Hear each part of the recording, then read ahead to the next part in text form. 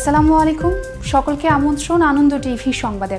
আপনাদের সঙ্গে আছি আমি ছোয়া খন্দকার। ধর্ষণের সর্বোচ্চ সাজা মৃত্যুদণ্ডের বিধান রেখে নারী ও শিশু নির্যাতন দমন আইন ২০০০-এর সংশোধনীতে প্রধানমন্ত্রীর সভাপতিত্বে সোমবার চূড়ান্ত অনুমোদন দিল মন্ত্রিসভা। মঙ্গলবার থেকে কার্যকর হবে এই আইন। সহকর্মী এসবি বুলবুলের প্রতিবেদনে আরও জানাচ্ছেন মোস্তফা কামাল তোহা, ক্যামেরায় ছিলেন খলিলুর রহমান। ধর্ষণের সর্বোচ্চ সাজা মৃত্যুদণ্ডের বিধান রেখে নারী ও শিশু নির্যাতন দমন আইন ২০০০-এর সংশোধনীতে চূড়ান্ত অনুমোদন দিয়েছে মন্ত্রিসভা। প্রধানমন্ত্রী শেখ হাসিনার নেতৃত্বে সোমবার সকালে মন্ত্রিসভার বৈঠকে আইনের সংশোধনী প্রস্তাবটি অনুমোদন করা হয়। এর ফলে বিদ্যমান নারী ও শিশু নির্যাতন দমন আইনের সংশ্লিষ্ট ধারায় সংশোধনী আনা হবে। প্রধানমন্ত্রী গণভবন থেকে ভিডিও কনফারেন্সে যুক্ত হন। এতে সচিবালয় থেকে মন্ত্রী ও প্রতিমন্ত্রীরাও যুক্ত ছিলেন। সোমবার সচিবালয়ে সাংবাদিকদের সাথে কথা বলেন সড়ক পরিবহন ও সেতুমন্ত্রী ওবায়দুল কাদের। বিভিন্ন বিষয়ের পাশাপাশি ধর্ষণ প্রসঙ্গে বলেন, ধর্ষণের সর্বোচ্চ শাস্তি নিশ্চিতে প্রধানমন্ত্রী নিজ উদ্যোগে কাজ করছেন। প্রধানমন্ত্রী নিজে উদ্যোগ নিয়েছেন এবং এটা সর্বোচ্চ শাস্তি।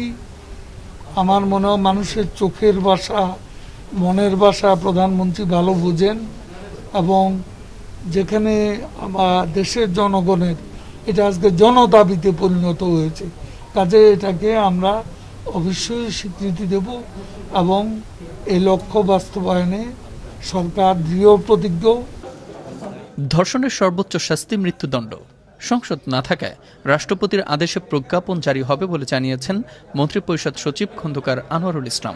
এ সময় তিনি বলেন, যেহেতু বর্তমানে অধিবেশন নাই সংসদের এবং আশু ব্যবস্থা গ্রহণ খুবই জরুরি হয়ে পড়েছে, তা সেই জন্য মহামান্য রাষ্ট্রপতির কাছে যদি সন্তোষজনকভাবে প্রতীয়মান হয় তাহলে তিনি বাংলাদেশের সংবিধানের অনুচ্ছেদের ৯৩-এর ১ প্রদত্ত ক্ষমতা বলে অধ্যাদেশ প্রণয়ন ও জারি করতে পারেন। যাবজ্জীবন সশ্রম কারাদণ্ড শব্দগুলির পরিবর্তে মৃত্যুদণ্ডে বা যাবজ্জীবন সশ্রম কারাদণ্ডে শব্দগুলি প্রতিস্থাপিত হবে। দেশে সম্প্রতি ধর্ষণের ঘটনায় সারা দেশে প্রতিবাদের ঝড় ওঠে। এতে অংশ নিয়ে প্রতিদিনই তীব্র ক্ষোভ ও প্রতিবাদ জানাচ্ছে দেশের বিভিন্ন প্রান্তে থাকা হাজার হাজার মানুষ। অনেকেই ধর্ষণের সর্বোচ্চ সাজা মৃত্যুদণ্ড করার দাবি জানিয়েছেন। এর প্রেক্ষিতে এ আইন পাশ জনমনে নিয়ে আসবে স্বস্তি। এমন আইন ধর্ষণ প্রতিরোধে হবে কার্যকর, এমনটাই প্রত্যাশা সকলের।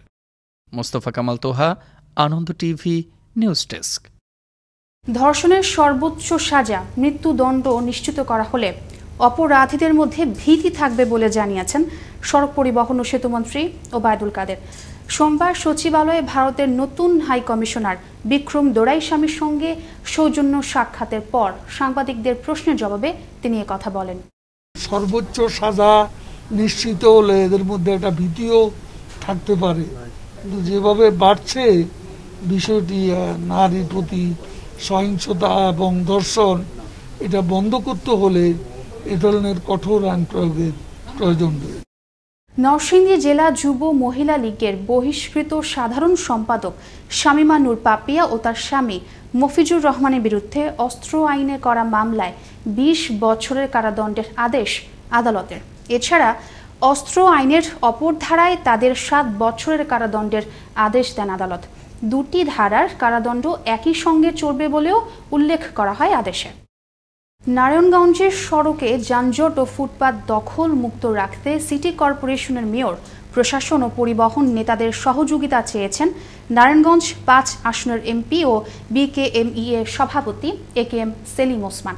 রোববার রাতে শহরের চানমারি এলাকাস্থ Narayanganj chamber of commerce and industries ভবনের ব্যবস্থাপনায় সংগঠনের সভাপতি খালেদ হায়দার খান কাজলের সভাপতিত্বে আয়োজিত মতবিনিময় সভায় তিনি এ সহযোগিতা কামনা করেন। কক্সবাজারের টেকনাফে অভিযান চালিয়ে ২টি বিদেশি পিস্তল, ৮ রাউন্ড গুলি, ৪০,০০০ পিস ইয়াবা সহ ৫ জন মাদক ব্যবসায়ীকে আটক করেছে র্যাব ১৫। সোমবার ভোররাতে টেকনাফের রিলার জাদি মোড়া এলাকা থেকে তাদের আটক করা হয়। র্যাব ১৫ এর সহকারী পরিচালক ASP আবদুল্লাহ মোহাম্মদ শেখ সাদি ঘটনার সত্যতা নিশ্চিত করে বলেন, সংশ্লিষ্ট আইনে পৃথক মামলা দায়েরের পর জব্দকৃত অস্ত্র, বুলেট ও ইয়াবা সহ আটককৃতদের টেকনাফ মডেল থানায় সোপর্দ করা হয়েছে। গাজীপুরের কালীগঞ্জে ভিত্তি প্রস্তর স্থাপন করা হলো 3 তলা বিশিষ্ট বন্যা আশ্রয় কেন্দ্র নির্মাণ কাজে। দুর্যোগ ব্যবস্থাপনা অধিদপ্তরের বাস্তবায়নে 2,75 লক্ষ টাকা ব্যয় ধরা হয়। এতে প্রধান অতিথি হিসেবে উপস্থিত থেকে ভবনটির উদ্বোধন করেন মহিলা ও শিশু বিষয়ক মন্ত্রণালয় সম্পর্কিত সংসদীয় স্থায়ী কমিটির সভাপতি মেহের আফরোজ চুমকি।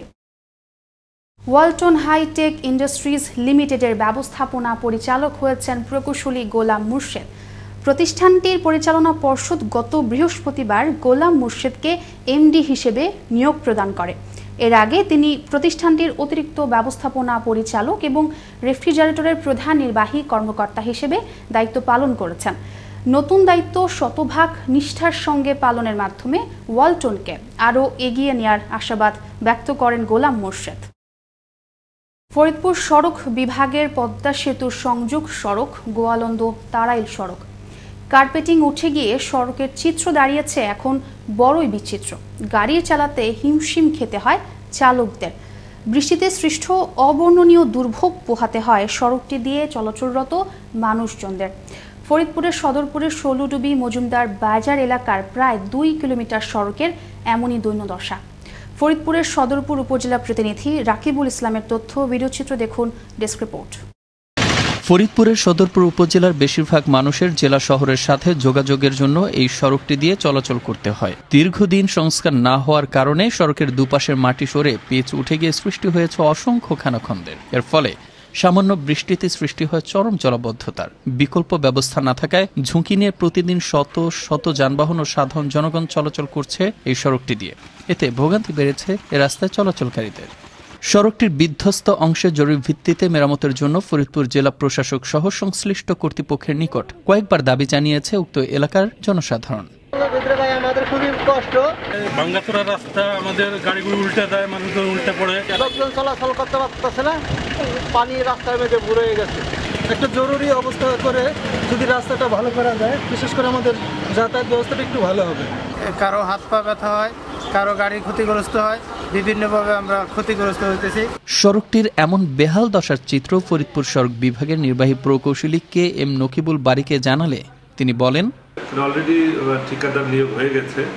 তো আপনারা জানেন যে আসলে সাম্প্রতিক বৃষ্টি এবং বন্যার কারণে আসলে ওই জায়গাগুলো ক্ষতিগ্রস্ত তো বেশি হয়ে গেছে। তো ঠিকাদার আমাদের নিয়োজিত ঠিকাদার কাজ শুরু করেছে।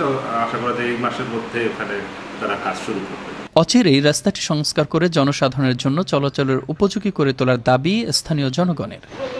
মোস্তফা কামাল তোহা, আনন্দ টিভি, ন্যাশনাল ডেস্ক। নোয়াখালীর বেগমগঞ্জ উপজেলা ছাত্রলীগের আয়োজনে দেশব্যাপী নারী নির্যাতন ও নিপীড়নের প্রতিবাদে সাংস্কৃতিক অনুষ্ঠান ও পথনাটক অনুষ্ঠিত হয়। রোববার সন্ধ্যায় কেন্দ্রীয় ছাত্রলীগের সহ সভাপতি জিহান আল রশিদের নেতৃত্বে চৌরাস্তা টেকনিক্যাল স্কুল গেট থেকে বের হয়ে চৌরাস্তায় কয়েকটি সড়ক প্রদক্ষিণ করে শহীদ রুহুল আমিন চত্বরে সমাবেশের মধ্য দিয়ে শেষ হয়। উক্ত অনুষ্ঠানে বক্তারা নারী নির্যাতন, ধর্ষণ, ইফটিজিং, নারীর প্রতি সহিংসতার প্রতিবাদ ও নিন্দা জানান। এই মশাল মিছিল এবং আলোক প্রজ্বলনের মাধ্যমে সকল প্রকার দর্শকদেরকে আমরা প্রত্যাখ্যান করেছি এবং তাদের সর্বোচ্চ শাস্তি নিশ্চিত করার জন্য যা যা করণীয় দরকার নিরাপদ নগরী নিশ্চিত করা পর্যন্ত ইনশাল্লাহ মাঠে মাঠে থাকবেন।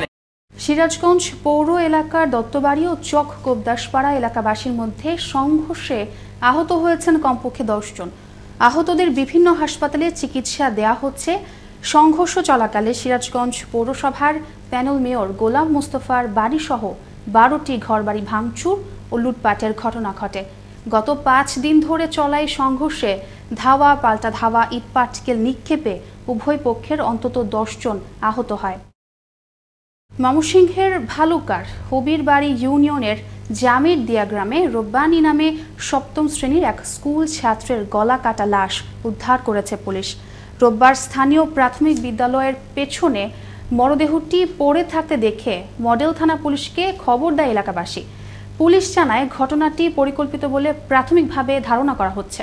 এই ছিল এখনকার মতো। আনন্দ টিভির সংবাদ দেখুন প্রতিদিন বিকেল 5টা 30 মিনিট এবং রাত 9টা 30 মিনিটে। করোনা থেকে আপনি এবং আপনার পরিবারকে সুরক্ষিত রাখতে স্বাস্থ্যবিধি মেনে চলুন। আনন্দ টিভির সঙ্গে থাকার জন্য সকলকে ধন্যবাদ।